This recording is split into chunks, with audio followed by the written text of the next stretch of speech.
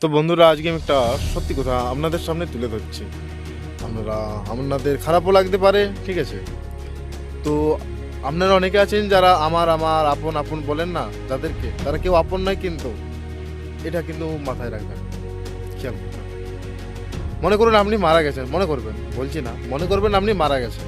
তো মারা যাবার পর কী হয় বললো তো, আপনাকে ধরো শ্মশান নিয়ে যাবে। তো শ্মশান যখন নিয়ে যাবে, আপনার সমস্ত কিছু কাজকর্ম শেষ হয়ে যাবে। সবাই যখন বাড়ি ফিরবে না শ্মশান থেকে, এ গঙ্গার জল ছিটিয়ে বাড়িতে প্রবেশ করবে স্নান করে। কেউ 2-4 দিন কাঁদবে, কেউ 5 দিন আপনার নাম করবে ছেলেটি ভালো ছিল,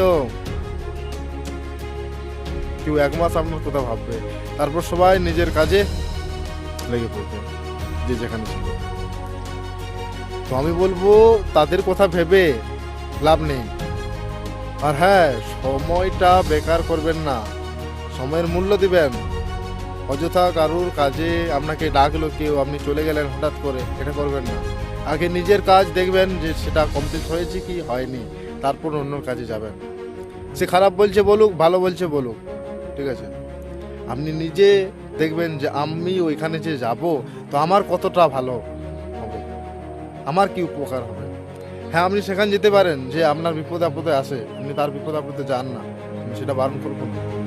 এমন মানুষের কাছে যান যে আপনার বিপদে আপদে আসে না, আপনাকে ডাকলে আপনাকে যেতে হবে, তাহলে আপনি তার কাছে ভালো, আর না গেলে তার কাছে আপনি খারাপ হয়ে যাবে। তাহলে আমি বলবো এটা খুবই আপনার ভুল ধারণা।